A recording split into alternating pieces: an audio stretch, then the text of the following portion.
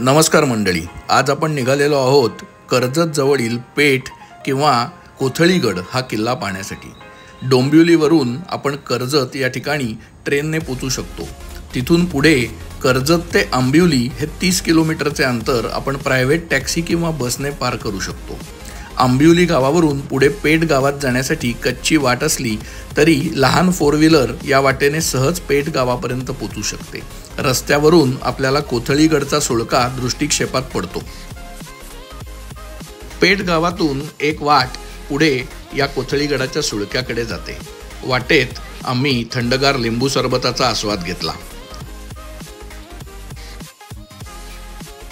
वाटेच्या सुरुवातीलाच एक विरगळ आपल्या दृष्टिक्षेपात पडते। शौर्याचे प्रतीक म्हणून विरगळी असतात। तिथून पुढे चालत गेल्यावर 5-6 घरांच्या मधून डावीकडून जाणारी वाट आपल्याला कोथळीगडाकडे घेऊन जाते।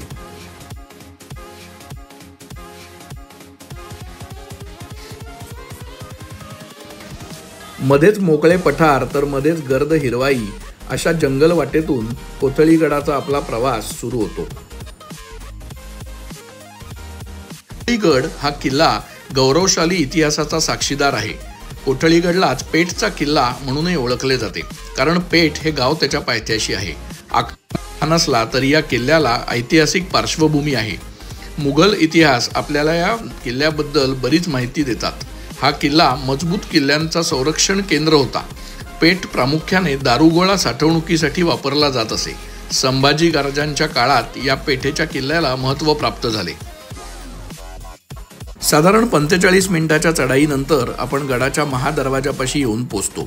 हा महादरवाजा भग्न अवस्थेत आहे, म्हणावे तसे बांधकाम तिथे शिल्लक नाही। तिथून वर येताच आपण कोथळीगडाच्या मुख्य पठारावरती येऊन पोहोचतो।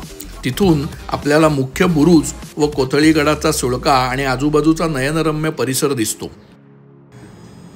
गडाच्या माथ्यावरती 2 तोफा ठेवल्या असून त्या सुस्थितीत आहेत।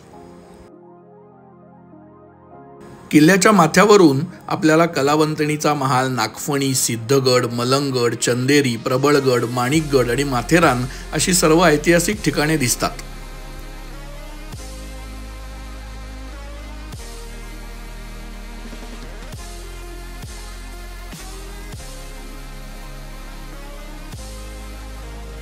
मुख्य बुरुजाच्या उजव्या हाताला काही गुहा व त्याच्यामध्ये पाण्याची टाकी आहेत। त्यातील पाणी पिण्यायोग्य नसून आता त्यात बराच गाळ आणि कचरा जमा झालेला आहे।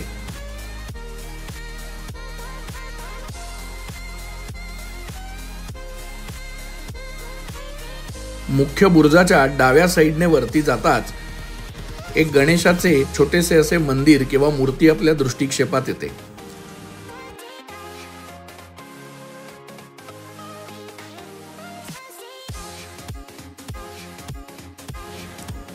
गणेश मूर्तीच्या मागे एक सुंदर असे पाण्याचे टाके असून त्यातील पाणी पिण्यायोग्य आहे। तिथे आम्ही फिश स्पाचा आनंद घेतला। इथून खरा पायरी मार्ग सुरू होतो। पायरी मार्गाच्या भैरवबाचे मंदिर असून तिथे एक विस्तीर्ण अशी गुहा आपल्या दृष्टिक्षेपात पडते। गुहा ही सुस्थितीत असून त्याच्यावरती नक्षीकाम केलेले खांब आहेत। गुहेमध्ये 40 ते 50 लोक आरामात राहू शकतात। आम्ही सुद्धा तिथे बसून संत्री, काकडी अशा गोष्टींचा आस्वाद घेतला। इथे भैरोबाचा उत्सव वर्षातून एकदा साजरा होतो। त्यावेळेला गडावर खूप गर्दी असते।